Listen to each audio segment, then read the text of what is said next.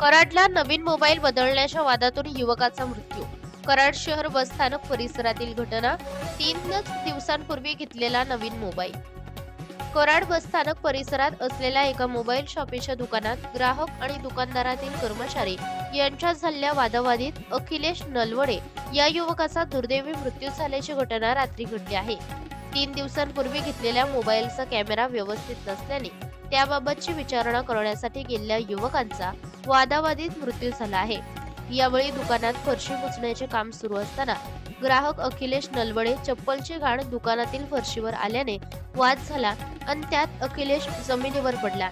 यावेळी त्याच्यासोबत असलेल्या 2 मित्रांनी त्याला कराडच्या उपजिल्हा रुग्णालयात दाखल केले, मात्र तेथे अखिलेशचा मृत घोषित करण्यात आले. या प्रकरणात अजय मुल्ला या युवकाला पोलिसांनी ताब्यात घेतले आहे.